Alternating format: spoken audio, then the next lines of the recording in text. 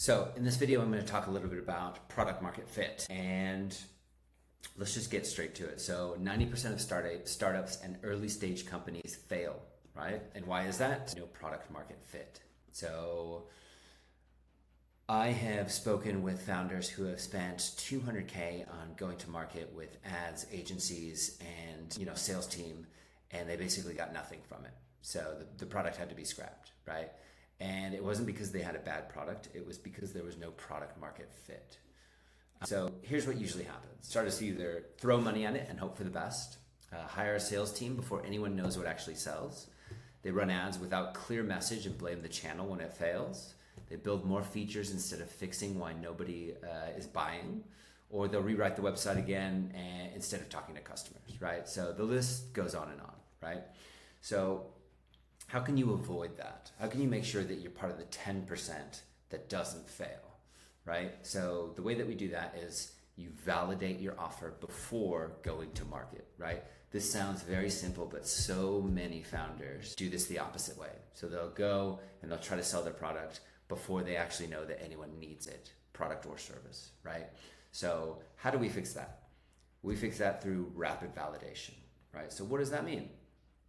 So first, we're going to map out your ICP and reach out to high value targets at scale, right? So we're going to use cold email and LinkedIn. You reach out to decision makers in your TAM that have valuable buyer insights, right? So these are actually getting on calls with people in the market. So how does the messaging actually work? So, hey, name, notice you work in industry space, want to reach out. We're building whatever product and service and need some insights from a pro. Would you be open to a quick 15-minute chat? In return, we can offer something valuable. Would you be open to it? So this works because one, it strokes their ego a bit. People want to share their expertise. And two, you're giving them something valuable for their time. Don't ask for free stuff without reciprocating. You have to give them something for them to get on a call. Then you want to make sure you record all calls. Every single call should be recorded. So we're going to feed sales call transcripts into an LLM and come up with the exact pain points, right? And I'm going to include an AI prompt on how to, once you have all these transcripts, just feed in this prompt is going to give you exactly what you need. So you can record at least 20 to 30 calls. You can do more than that. And you now have valuable insights into what buyers actually care about. And not only that, the prospect has raised their hand and said, oh, I need this thing. So they've now told you what they need. And this now becomes infinitely easier to go back to them and say, oh, we've built this thing, you might need it. So it's kind of a bit of a Trojan horse, but it's also actual research, right? And so how do I know that this works? Okay, proof that this works.